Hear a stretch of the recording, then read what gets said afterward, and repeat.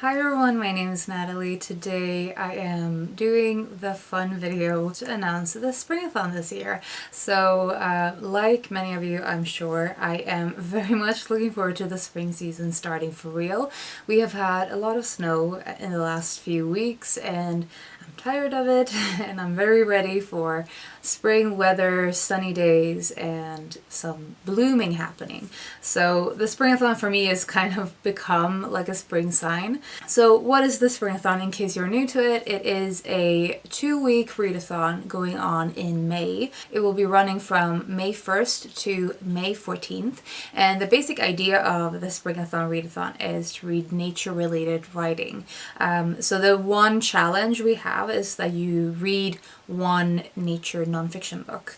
It could be anything to do with nature. It doesn't have to be plants or animals. It could be ecological or environmental type writing or climate change related writing. It could be a memoir that is some way related to nature and a personal connection to nature. It could be the psychological benefits of being outside, being outdoors. It could be more of an adventure type stuff with mountaineering and that kind of thing. So it's really up to you what you categorize as nature nonfiction. But that is the basic idea of the readathon, and the main challenge is to read one nature nonfiction book. You don't even have to finish it, but just be actively reading it during the readathon duration. So like I said, running from May 1st, which is a Monday, and then onwards 2 weeks until May 14th on the Sunday. You can, of course, continue on reading nature-related writing throughout the month, and I probably will. This readathon is hosted by Doris from All Day Books, Heidi from My Reading Life, and myself. We have some optional prompts that you can use if you want to get inspired to create your own TBR.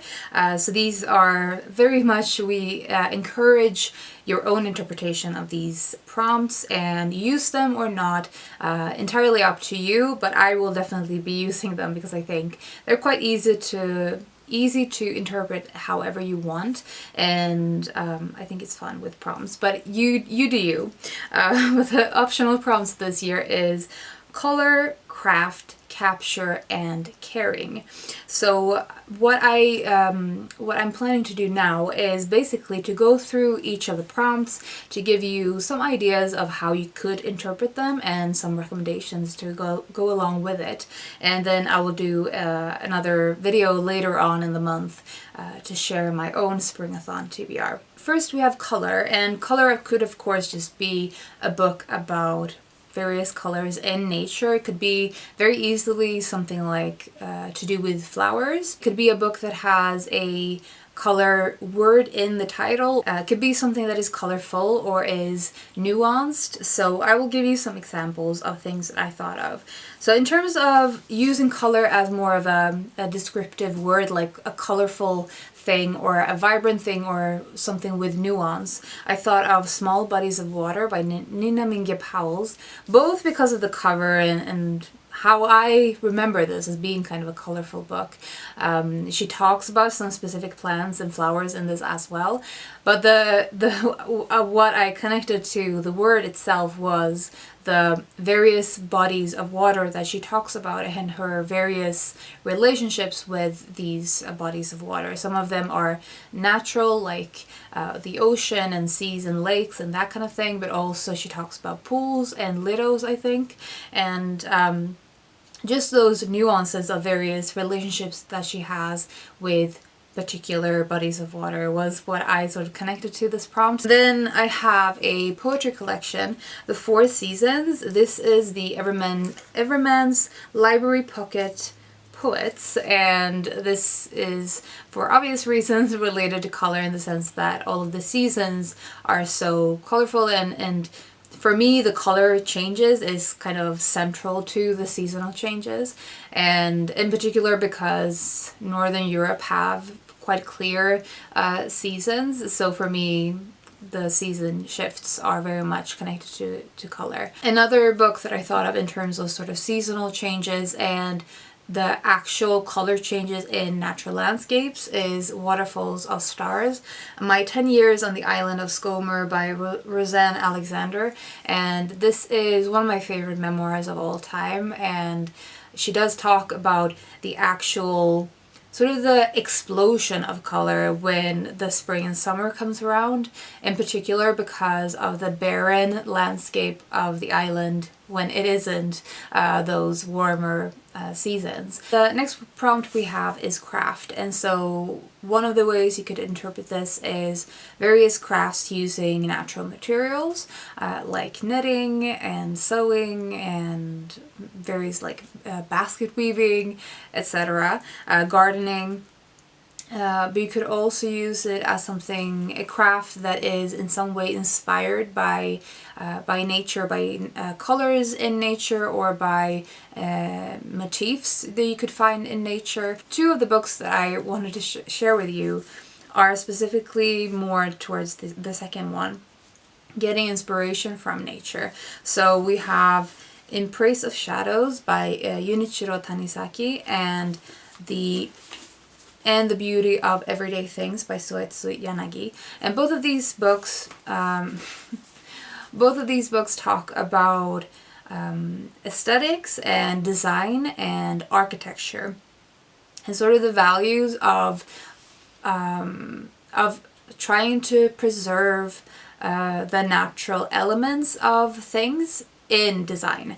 So this one is specifically talking about shadows and light and trying to keep those contrasts in design. This book also talks about aesthetics in Japanese tradition and culture, using natural materials and using them in their most natural way, like making use of the particular attributes and qualities of a material.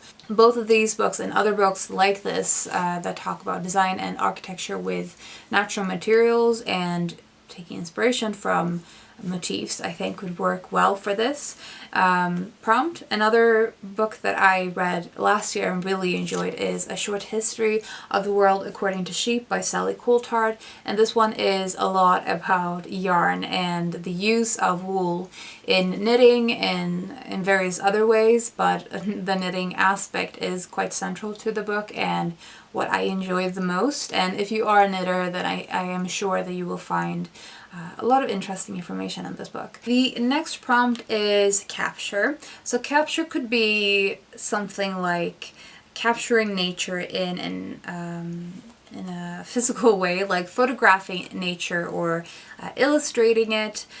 So it could be an illustrated book or a graphic novel or graphic nonfiction. Could be poetry in the sense that it sort of captures imagery from nature. So in some way just capturing the essence or the visually representing nature. One book I read last year was Plasticus Maritimus, which is an illustrated nonfiction book about plastic in our oceans, and it was a really informational book that was also really beautifully packaged and produced. So definitely recommend that one, and I think it is also meant to be an all ages type of book. I also thought of two biographies that I've definitely mentioned before. We have Beatrix Potter, The Extraordinary Life of a Victorian Genius by Linda Lear, and Tove Jansson, Work and Love by Tuula Karjalainen. Both of these books are about artists who have made use of nature motifs a lot in their work, and I associate them completely with nature motifs in their work. Another very, very large book is The Lost Words by Robin McFarlane, written by Robin McFarlane and illustrated by Jackie Morris. And this one is entirely about nature words, and they are illustrated beautifully by Jackie Morris. This is a very large book. I have no idea what you can see in the frame. But this one is about words related to nature that have been feared, that are sort of going out of use. Lastly, we have the prompt for caring. So for caring, you could really do anything that is related in some way to a relationship. That is what I think of. It could be a book centered around a relationship with a pet, or it could be caring for seeds and plants and gardening. It could be caring for the ecosystem and sort of more environmental or ecological writing. I chose 2 examples again to share with you. One of my absolute all-time favorite books is The Great Soul of Siberia, In Search of the Elusive Siberian Tiger by Soo-young Park. This one is talking about the Siberian tiger and is written from the perspective of someone who's studied them for decades, and in very close, in a very close and concentrated way. And it's kind of a plea to change things, because the Siberian tiger, I think, is threatened to go extinct, and he talks about the behavioral changes in the animal because of the destruction of habitat, because of poaching, and other things like that. Another book I thought of for this prompt is one I read very early on this year. It's called The Draw of the Sea by Will Minmuir. And this one could work really for all of the prompts, I think. This one is about various human groups' relationship with the sea, with water, and the relationship with water is, for all of these people, so central to their lives, and for me that is absolutely fitting for this prompt. So it is talking about this relationship and the pull to the sea, the draw of the sea, from the perspective of swimmers and deep divers, of mudlarkers and fishermen, and just all of the various perspectives you can think of. Marine scientists, is in this book, and it's just so passionate, so such vibrant people that is contained in this book and their stories, and I just really loved it. So if you are like me and feel yourself pulled to the sea and various bodies of water around you, then I would very warmly recommend this book. So those are the prompts and the information you need about the Springathon. Like I said, it is going to be running from May 1st to May 14th. I hope you will join us in celebrating the beginning of spring this year again. Do let me know what you are planning to read. If you make a TBR, I would love to see it. But yeah, that was all I wanted to say. Hope you're doing well and you're taking care of yourselves, and I will talk to you soon. Bye.